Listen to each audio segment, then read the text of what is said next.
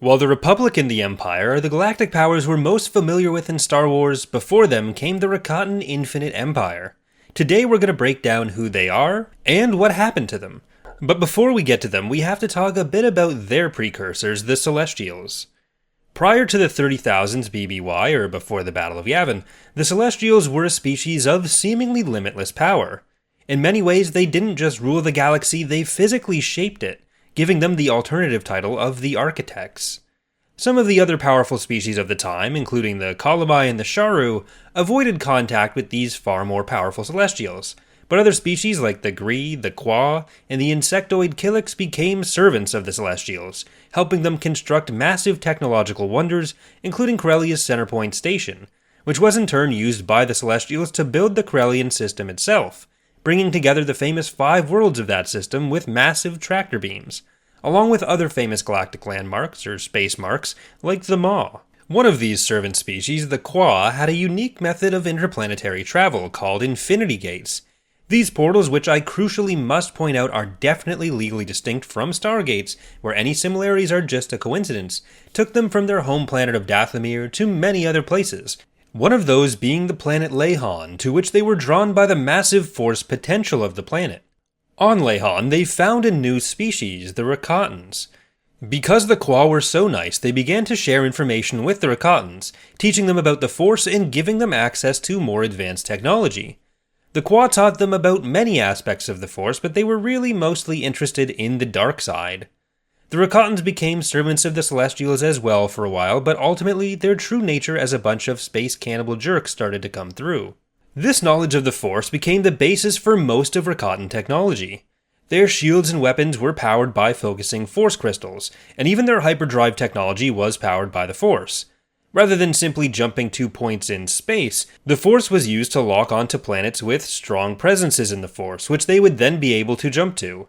The Rakatans were primarily interested in the Qua's Infinity Gates, and when the Qua refused to share that knowledge, the Rakatans attacked their old benefactors.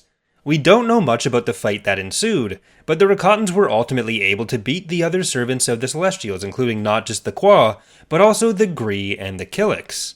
Their victory meant the Rakatans and the newly formed Infinite Empire, despite the lack of Infinity Gates, which the Qua have destroyed on their way back to their home planet, were the new rulers of the galaxy. The influence of the Rakatans grew up until the peak of the Infinite Empire in 30,000 BBY, by which time Celestials largely leave the galactic record, though some were undoubtedly still out there. For example, the ones living on the planet Mortis from the Clone Wars are believed to be Celestials themselves. Because Rakatan tech was fueled by the Force and locked on to the Force, they were able to spread easily to heavily populated centers of potential slave species. From humans on planets like Coruscant to the Selonians and Drawl of the Corellian system, to the Duros, the Herglick, the Wookiees, Noghri, and many more. The Rakatans enslaved anyone who could threaten their power and used them to literally fuel their empire. Like the Celestials before them, the Rakatans would use their servants to help construct more technological wonders, like the Starforge over their homeworld of Lehon, which could be used to produce massive quantities of warships and battle droids, something it did both for the Infinite Empire at its height, and for Darth Revan millennia later. While the Starforge of Lehon was the most famous example and may have been the most powerful, it was only one of many examples of similar installations. 30,000 BBY was the height of the Infinite Empire, but it would be nearly 5 millennia before its fall. This long stretch of time saw many signs of weakening before the ultimate downfall. Around the year 28,000, the Rakatans found a new world to conquer named Korriban, inhabited by a red-skinned species known as the Sith. The Rakatans told the king of the Sith, Adas, how to record his essence in a small object, making the first Sith holocron. The Rakatans did expect the Sith to join the ranks of their slaves in return, to which Adas and the Sith strongly objected, becoming one of the first species to throw off or prevent the rule of the Rakatans, though at the cost of King Adas's life.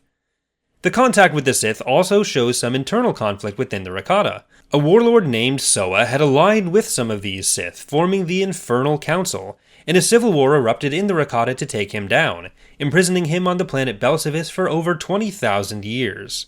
Their reliance on the dark side essentially made the Infinite Empire a ticking time bomb heading towards its inevitable collapse, which was spurred on by several additional factors.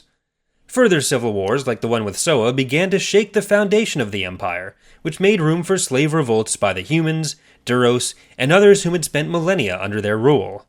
The final blow to the once great empire came in the form of a plague, wiping out many of the Rakatans and essentially stripping them of the ability to use the Force. Considering the Force was the power source of Rakatan technology, this meant the Empire quickly collapsed, leaving behind only pockets of Rakatan civilization, as well as limited connection between planets in the galaxy.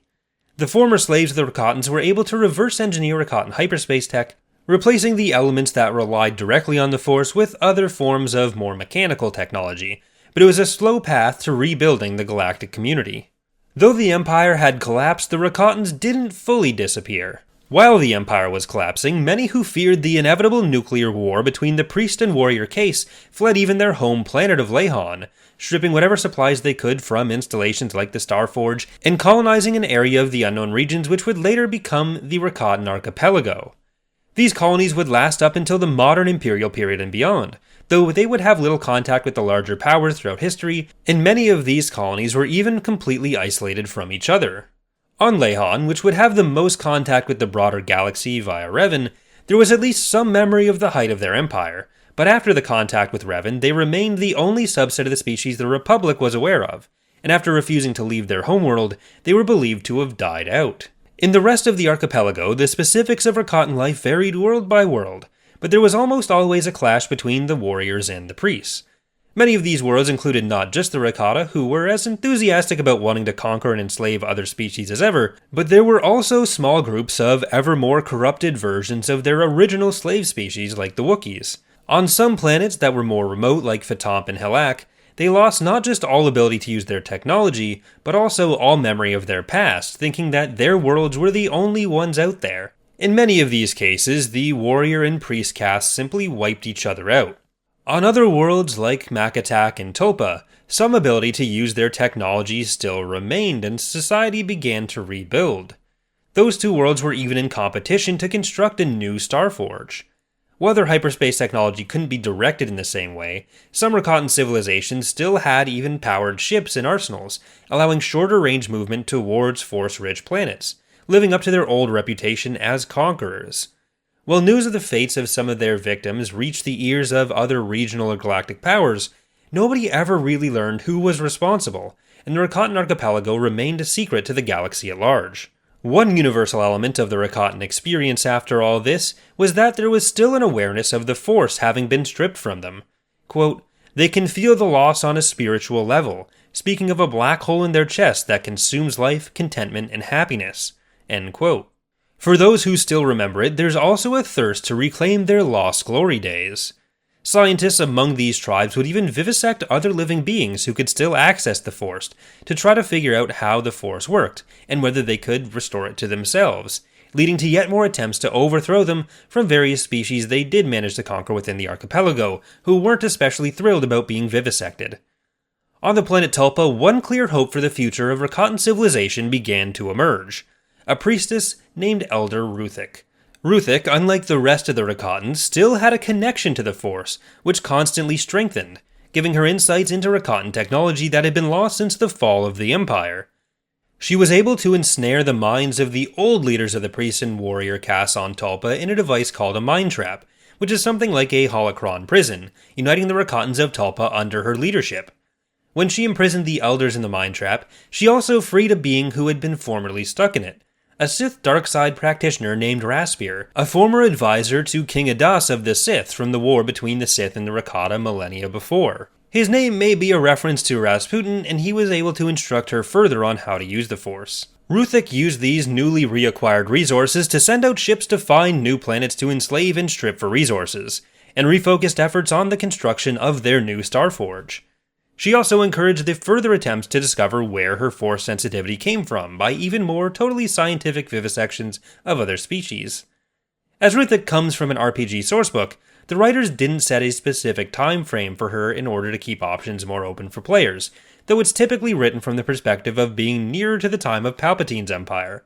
If that's the case, then under Ruthik's leadership, the archipelago could be in the process of transforming from a sad remnant of a former galactic power into a resurgent threat to the galaxy.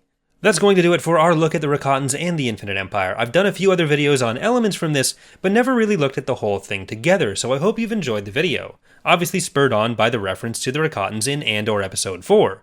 If you did enjoy, leave a like and subscribe for more. Thanks for watching, and I hope to see you next time.